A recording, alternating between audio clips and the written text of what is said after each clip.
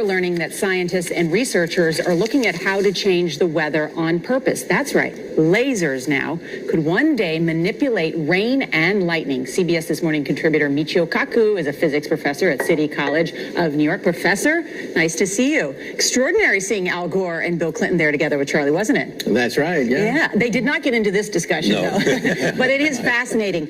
I mean, lasers, really, to change the weather? That's right. Well, as Mark Twain once famously said, everyone complains about the weather, but no one ever does anything about it. Well, instead of doing a rain dance, we physicists are firing trillion-watt lasers into the sky.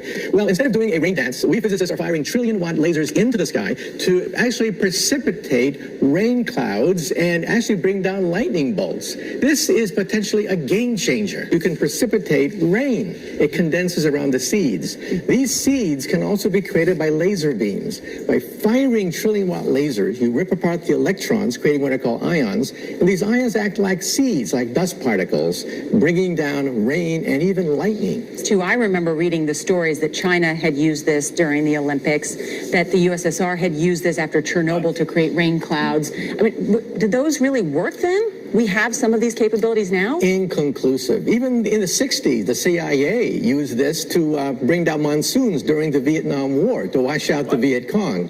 Governments have been playing with this thing. Alleged to. Alleged to, right. Yeah. Now, realize that for decades now, these governments have been alleged to have experimented with weather control, but nothing conclusive. This time we're bringing in the laws of physics rather than simply waving our hands and uttering mumbo-jumbo. We're actually using trillion-watt lasers now. There's the consequences of famine. Well, the bad news is if it's a clear blue sky, it's not going to do anything at all because it only takes water vapor that's already in the air and condenses it. However, for floods, for agriculture, farmers, for people planning wedding parties, football games, you name it, outdoor events and agriculture and flooding and even hurricanes, all of them could be subject to weather modification.